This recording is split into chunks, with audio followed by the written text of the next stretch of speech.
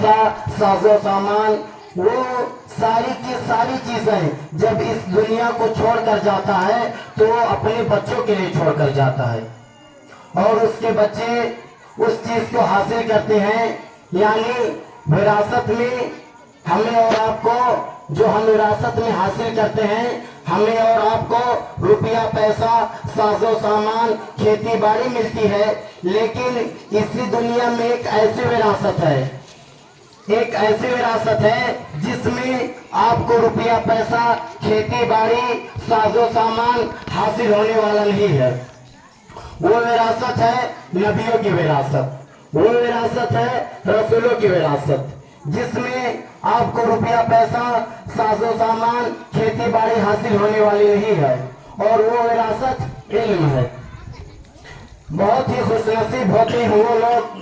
जो नबियों की विरासत को हासिल करते हैं, जो रसूलों की विरासत को हासिल करते हैं, यानी जो दीन का इल्म हासिल करते हैं। सामईन किराम, हजरत आयशा रज़ियल्लाहु ताला अन्हा बयान करती हैं कि नबी करीम सल्लल्लाहु अलैहि वसल्लम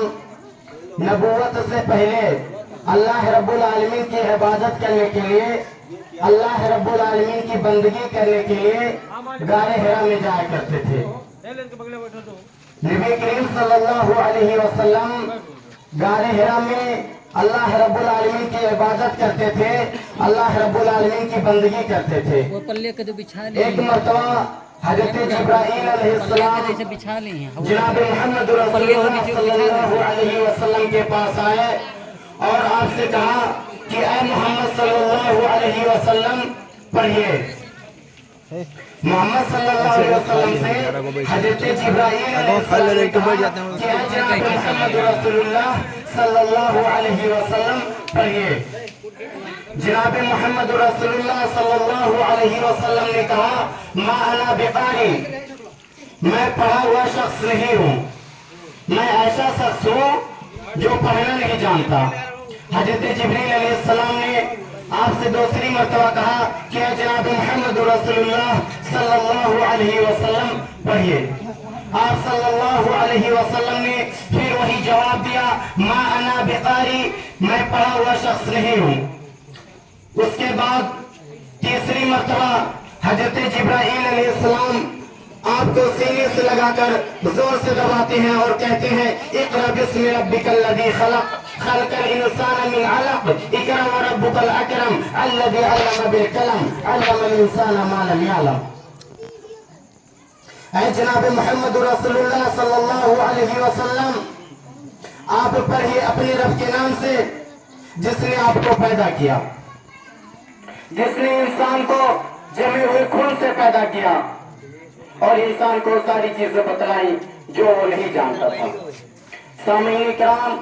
आप जरा गौर करें कि जब नबी करीम सल्लल्लाहु अलैहि वसल्लम को अल्लाह रब्बुल आलमीन ने पहली बात बताई, जिस बात को नबी करीम सल्लल्लाहु अलैहि वसल्लम को पहली मर्तबा सिखलाया, वो लफ्ज़ इकरा था।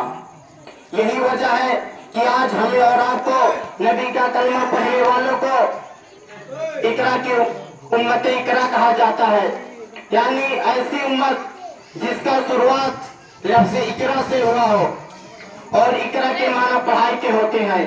इल्म के होते हैं।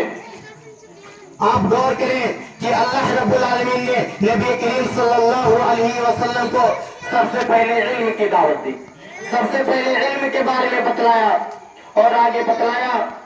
खलक़ल इंसान मिन अलक़, जिसने इंसान को खून के लोथड़े से पैदा किया। सामईन किराम, और नबी करीम सल्लल्लाहु अलैहि वसल्लम ही बयान करते हैं, हजरत अबू दरदा अंसारी इस हदीस के रावी हैं, वो बयान करते हैं कि नबी करीम सल्लल्लाहु अलैहि वसल्लम ने फरमाया मन सलका तरीक़न यतलबु फीही इल्मा, कि वो शख्स, वो आदमी जो दीन का इल्म हासिल करने के लिए अपने घर से निकलता है, जितने सारे लोग, चाहे वो बच्चे हो या बच्चियां,